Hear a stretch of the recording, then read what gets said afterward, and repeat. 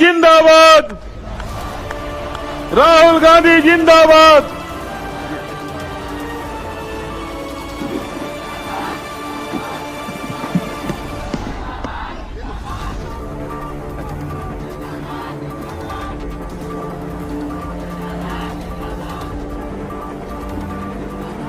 भूपेश बघेल जी,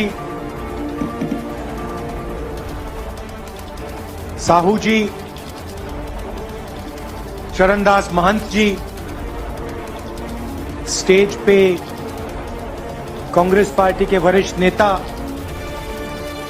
भाइयों और बहनों, प्रेस के हमारे मित्रों, आप सबका यहां बहुत बहुत स्वागत, नमस्कार। भैया आप बंद कीजिए, डिस्टर्ब मत कीजिए।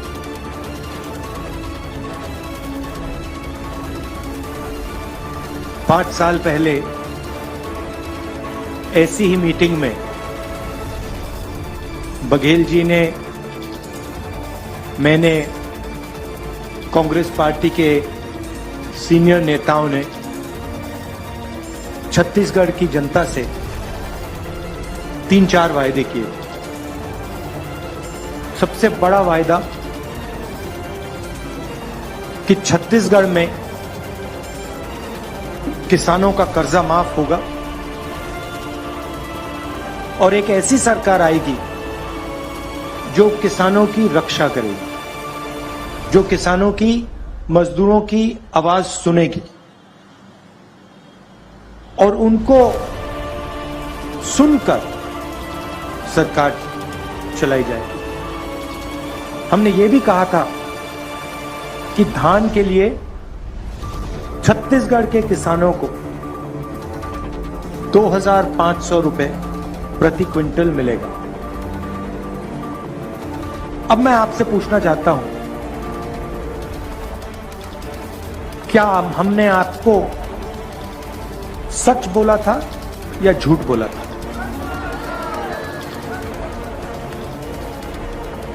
हमने 15-20 बातें नहीं की थी, हमने 4-5 बातें बोली थी, मगर जो हमने स्टेज से बोला वो हमने करके दिखाया। एक और बात, हमने वायदा किया था कि छत्तीसगढ़ में किसानों को 2,500 रुपए क्विंटल मिलेगा। किया था ना? आज क्या रेट है? आज 2,500 है या 2,640 है? 2,640। तो जो हमने वायदा किया था उससे हम आगे निकल गए। वहां हमने रुके नहीं। हम आपको यह कह सकते थे कि देखिए, हमने तो 2,500 की बात करी थी, हमने 2,600, 700, 800 की बात तो नहीं की थी, मगर नहीं, हमने उसको 2,640 कर दिया। और आप बोलो भी ना, हम इसको आने वाले समय में 3,000 तक ले जाएंगे। क्यों? आपको बोलने की जरूरत नहीं, क्योंकि हम किसान के दिल में जो है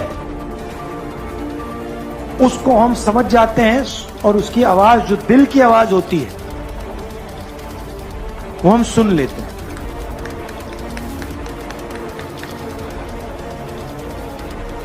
आज सुबह किसानों के साथ, मजदूरों के साथ बघेल जी और मैंने थोड़ा काम किया, बातचीत की, और सारे के सारे किसान, सब ने हमें कहा कि जो सरकार ने उनके लिए पिछले 5 साल में किया है, उससे पहले किसी सरकार ने ऐसा काम नहीं किया है। 2,500 रुपए प्रति क्विंटल, कर्जा माफ, बिजली बिल हाफ, किसान न्याय योजना में 23,000 करोड़ रुपए 26 लाख किसानों को, मजदूरों को 7,000 रुपए हर साल, 5 लाख मजदूरों को फायदा मिला। अब देखिए कांग्रेस पार्टी का तरीका देखिए। आज सुबह किसानों से बात हुई, मजदूरों से बात हुई। मजदूरों ने हमें कहा, बघेल जी को, साहू जी को, टीएस जी को, मुझे कि 7,000 रुपए थोड़ा कम है। मैंने बघेल जी से गाड़ी में बात की और हमने निर्णय ले लिया कि 7,000 नहीं, अब 10,000 रुपए हो जाएगा।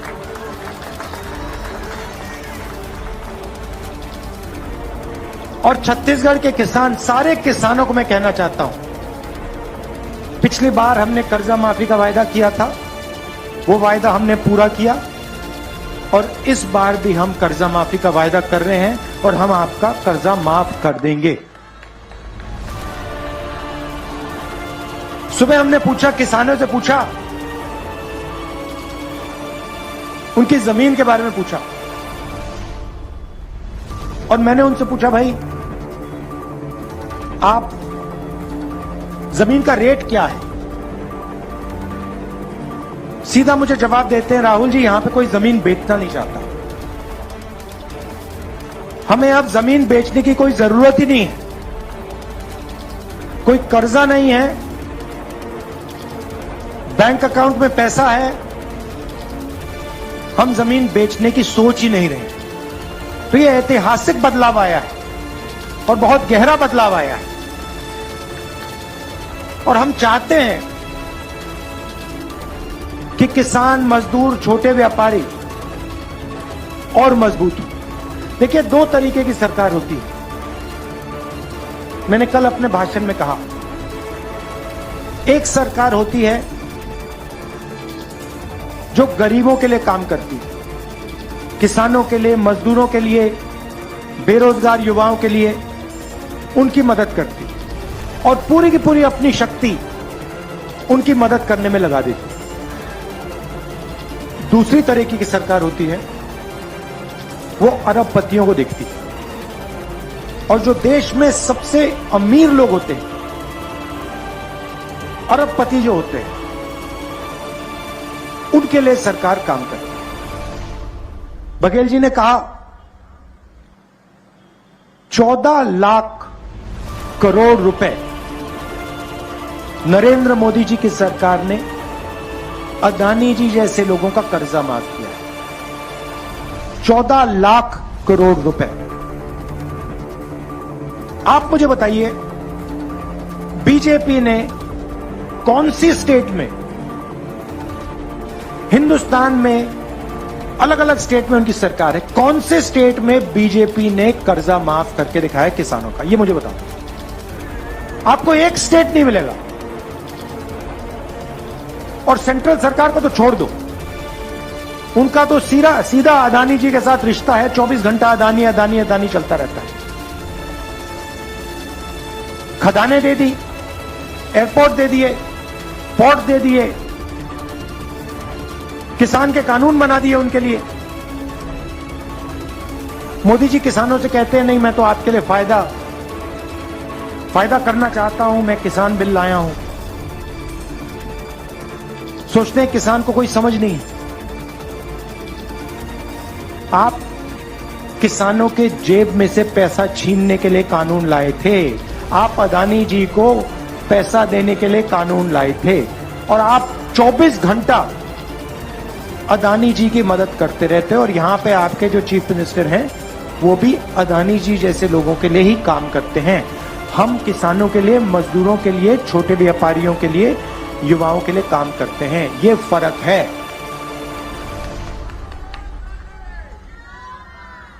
अब देखिए दूसरी बात, जहां भी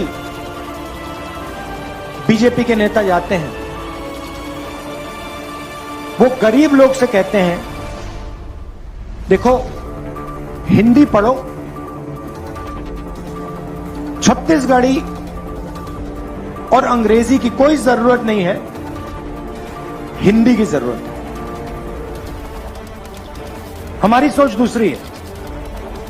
हम कहते हैं हिंदी जरूरी है, छत्तीसगढ़ी जरूरी है और अंग्रेजी भी जरूरी है। क्यों? अगर आप में से किसी को छत्तीसगढ़ में किसी से बात करनी है तो छत्तीसगढ़ी का प्रयोग होगा। अगर आप यूपी जाएंगे, बिहार जाएंगे, बाकी हिंदुस्तान में जाएंगे तो हिंदी का प्रयोग होगा। और अगर आप विदेश में जाना चाहते हैं, कॉल सेंटर में काम करना चाहते हैं, बड़ी बड़ी कंपनी में काम करना चाहते हैं तो आपको अंग्रेजी का प्रयोग करना पड़ेगा। सही बात? सही बात। अब आप एक काम कीजिए, ये जो बीजेपी के नेता आते हैं 24 घंटा हिंदी हिंदी हिंदी बोलते रहते हैं, आप इनसे एक सवाल पूछिए।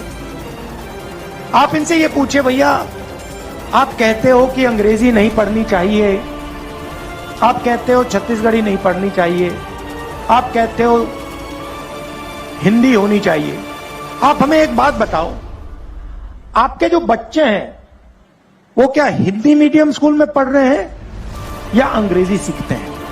और ये सारे के सारे आपको बताएंगे कि नहीं भैया हमारे बच्चे तो इंग्लिश मीडियम स्कूल में पढ़ाई करते हैं। ये लोग चाहते हैं कि हिंदुस्तान के गरीब लोग कोई भी सपना ना देखें। ये चाहते हैं कि आपके बच्चे मजदूरी करें और उनके बच्चे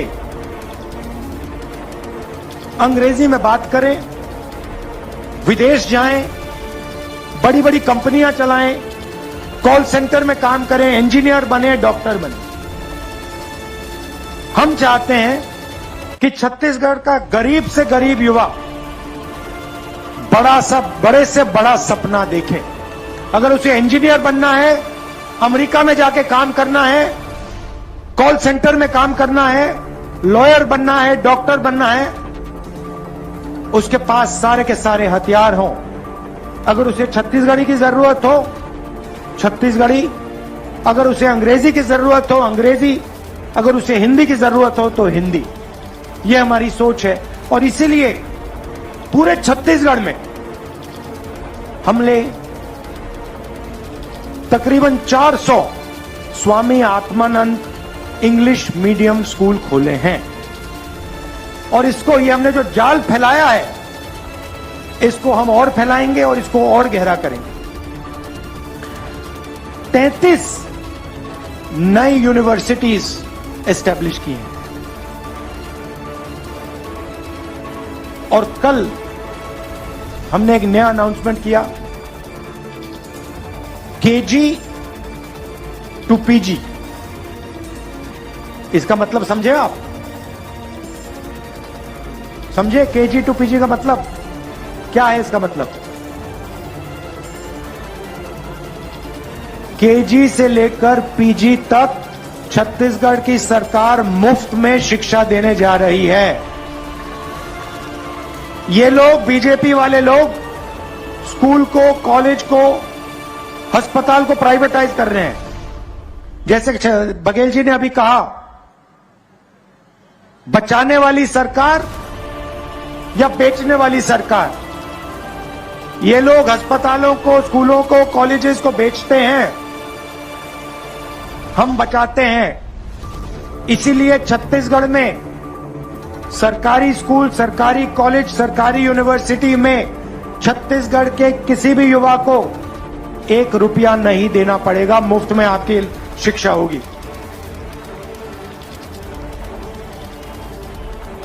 पिछले चुनाव में आदिवासियों से हमने तेंदुपत्ता का वायदा किया था, कहा था कि 4000 रुपए में 1 बैग तेंदुपत्ता का खरीदा जाएगा। इस बार हम कह रहे हैं 4000 रुपए साल के आपके ऑटोमेटिक बैंक अकाउंट में हम डाल देंगे। और जो आपके जंगल में जो चीजें उगती हैं, तेंदुपत्ता, इमली, इनके लिए हम 10 रुपए एक्स्ट्रा एमएसपी में डाल देंगे। भाइयों और बहनों, एक और बहुत बड़ा मुद्दा है और शायद वो हिंदुस्तान की राजनीति के लिए, हिंदुस्तान के प्रगति के लिए सबसे बड़ा मुद्दा है। उसको हम जाति जनगणना कहते हैं, कास्ट सेंसस। सवाल यह है कि इस देश में हम जात की बात करते हैं, मगर किसी को नहीं मालूम कि कौन सी जात की कितनी आबादी है। कोई नहीं जानता। अगर मैं आपसे पूछूं, भाई हिंदुस्तान में ओबीसी वर्ग के कितने लोग हैं, यहां पे हजारों लोग हैं, आप जवाब नहीं दे पाओगे। चलो पूछता हूं, हिंदुस्तान में ओबीसी वर्ग के लोग कितने हैं? कोई बता सकता है? देखिए सन्नाटा छा गया, कोई नहीं जानता। मोदी जी 24 घंटा ओबीसी ओबीसी ओबीसी करते रहते हैं, मगर इस देश को यह नहीं मालूम कि ओबीसी कितने हैं, आदिवासी कितने हैं, दलित कितने हैं, और आदिवासी के अंदर, दलित के अंदर अलग अलग कितनी जाति हैं और उनकी आबादी कितनी है। अब आप पूछोगे भैया इसकी क्या जरूरत है? बीजेपी के लोग कहते हैं भैया क्या जरूरत है, देश को क्यों पता लगे ओबीसी कितने हैं? मैं आपको बताता हूं। अगर हम भागीदारी की बात करते हैं, अगर हम देश की हिस्सेदारी की बात करते हैं, तो हमें पता लगाना पड़ेगा कि अलग अलग जातों में कितने लोग हैं। मैं उदाहरण देता हूं आपको। हिंदुस्तान की सरकार को एमपी नहीं चलाते। लोग सोचते हैं कि भाई लोकसभा और राज्यसभा के मेंबर ऑफ पार्लियामेंट हिंदुस्तान की सरकार को चलाते हैं, मगर जो सच्चाई जानता है वो आपको 1 मिनट में कह देगा कि हिंदुस्तान की सरकार को 90 आईएएस के ऑफिसर्स चलाते हैं। आप सिर हिला रहे हैं, सही बोला ना मैंने? मतलब 90 लोग हैं जो इस देश की सरकार को चलाते हैं। उनको हम secretary to government of India कहते हैं। सबसे बड़ा अफसर होता है कैबिनेट सेक्रेटरी, और उसके नीचे 90 अफसर होते हैं secretary to government of India. ये लोग हिंदुस्तान की सरकार चलाते हैं। कैसे चलाते हैं? मनरेगा में कितना पैसा जाता है ये निर्णय लेते हैं। मनरेगा कैसे बनेगा, मजदूरों को कैसे पैसा दिया जाएगा, कॉन्ट्रैक्टर को कैसा पैसा दिया जाएगा, सड़क कहां बनेगी, कैसे बनेगी, अंत में ये लोग निर्णय लेते हैं। तो सवाल यह है, अगर सचमुच में ओबीसी की भागीदारी है, या दलितों की भागीदारी है, या आदिवासियों की भागीदारी है, तो इन अफसरों में भी ओबीसी की, दलितों की, आदिवासी अफसर होने चाहिए। और कम से कम अगर देश में मान लो 50% ओबीसी हैं, तो 90 में से 50% ओबीसी होने चाहिए। तब हम कह सकते हैं हाँ भैया ओबीसी की भागीदारी है। और 90 में से मान लो दलितों की 15% आबादी है, तो 15% दलित होने चाहिए। और मान लो हिंदुस्तान में 15% आदिवासी हैं, तो 15% उसमें आदिवासी होनी चाहिए। तो फिर हम कह सकते हैं हाँ भैया आदिवासी भी शामिल हैं, दलित भी शामिल हैं, ओबीसी भी शामिल हैं। और जब हिंदुस्तान का बजट बांटा जाता है, लाखों करोड़ रुपए बांटे जाते हैं, तो उसमें ओबीसी की भी आवाज है, दलित की भी आवाज है, आदिवासी की भी आवाज है, जनरल की भी आवाज है। अब सच्चाई सुनिए, 90 अफसर हैं, 90 में से 3 अफसर ओबीसी से आते हैं। आदिवासियों की बात करते हैं, 90 में से 3 आदिवासी हैं, 3 ओबीसी हैं। और मजा वहां नहीं बंद खत्म होता। अगला सवाल यह है कि ठीक है, ये जो ओबीसी अफसर हैं, ये जो 3 हैं, ये बजट में कितने पैसे का निर्णय लेते हैं? यहां जो ओबीसी युवा हैं, आप हिल जाओगे, आपको गुस्सा आएगा। भाइयों और बहनों, हिंदुस्तान के बजट में ओबीसी अफसर सिर्फ 5% निर्णय लेते हैं। क्या हिंदुस्तान में ओबीसी की आबादी 5% है? कम से कम 50% है। तो ओबीसी युवाओं को नरेंद्र मोदी से यह सवाल पूछना चाहिए, हमारी आबादी 50%, आप 24 घंटे कहते हो ओबीसी सरकार, ओबीसी सरकार, ओबीसी सरकार, और हमारा हक 5%। ये किसका बेवकूफ बना रहे हो आप?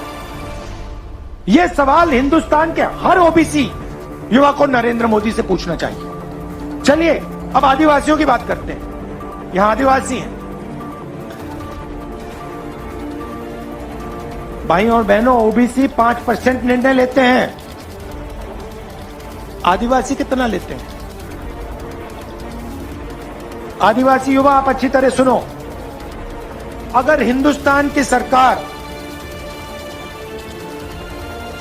100 रुपए खर्च करती है तो हिंदुस्तान के आदिवासी अफसर 100 में से 10 पैसे का निर्णय लेते हैं। ओबीसी 5% और आदिवासी 0.1% निर्णय लेते हैं। और सुनना है तो दलित 1% निर्णय लेते हैं। इसीलिए जाति जनगणना की जरूरत है। हम जानना चाहते हैं कि इस देश में ओबीसी 5% निर्णय ले रहे हैं, उनकी आबादी क्या 5% है या 50%? और अगर 50% है तो नरेंद्र मोदी जी की सरकार में जो हो रहा है वो सरासर अन्याय है। इसलिए कांग्रेस पार्टी अपनी मीटिंग में कह रही है, मैं कह रहा हूं, बघेल जी कह रहे हैं, खारगे जी कह रहे हैं कि कांग्रेस पार्टी ने जो जनगणना की थी, जाति जनगणना की थी, आंकड़े आपके पास हैं मोदी जी, उनको आप पब्लिक कर दीजिए। देश के आदिवासियों को, दलितों को, पिछड़ों को आप बता दीजिए उनकी आबादी कितनी है। डरने की क्या जरूरत है? नरेंद्र मोदी जी यहां आते हैं, लंबे लंबे भाषण देते हैं, कहते हैं मैं ओबीसी हूं, मगर यह नहीं कह सकते कि भैया मैं ओबीसी हूं, मैं जानना चाहता हूं कि इस देश में मेरे जैसे ओबीसी कितने हैं। यह नरेंद्र मोदी की नहीं कहते। क्यों नहीं कहते? क्योंकि ओबीसी के लिए काम ही नहीं करते, वो अदानी जी के लिए काम करते हैं। और अगर उन्होंने कह दिया, गलती से भी कह दिया कि भैया जाति जनगणना होनी चाहिए, तो जो वो अदानी जी के जेब में डाल रहे हैं वो नहीं डाल पाएंगे। तो हमने तो निर्णय ले लिया है, जैसे ही हमारी सरकार दिल्ली में आएगी हम उसी दिन जाति जनगणना का काम शुरू कर देंगे। और यहां पे छत्तीसगढ़ में हमारी सरकार आएगी तो जाति का सेंसस उसी दिन छत्तीसगढ़ में शुरू हो जाएगा। कर्नाटक में शुरू हो गया है, राजस्थान में शुरू हो गया है, यहां पे भी हम काम शुरू कर देंगे। यह मैं आपसे कहना चाहता था। और जाति जनगणना के बाद पिछड़ों का, दलितों का, आदिवासियों का एक नया चैप्टर लिखा जाएगा। उनकी प्रगति के लिए, उनके विकास के लिए ऐतिहासिक काम शुरू हो पाएगा। आप सब यहां आए, इसके लिए दिल से बहुत बहुत धन्यवाद। नमस्कार, जय हिंद।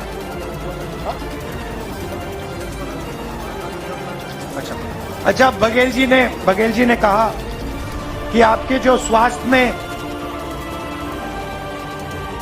जो आपको इंश्योरेंस मिलता है 10 लाख रुपए, 5 लाख रुपए मिलता है, उसको हम 10 लाख रुपए का करने जा रहे हैं।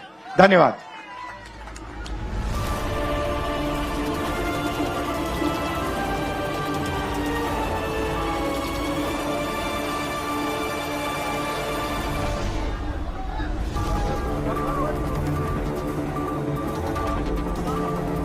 अब मैं इस सभा के लिए, आभार के लिए जिला ग्रामीण कांग्रेस कमेटी के अध्यक्ष भाई भागवत साहू जी को आमंत्रित करता हूं कि आभार करें। वो छत्तीसगढ़ महतारी की।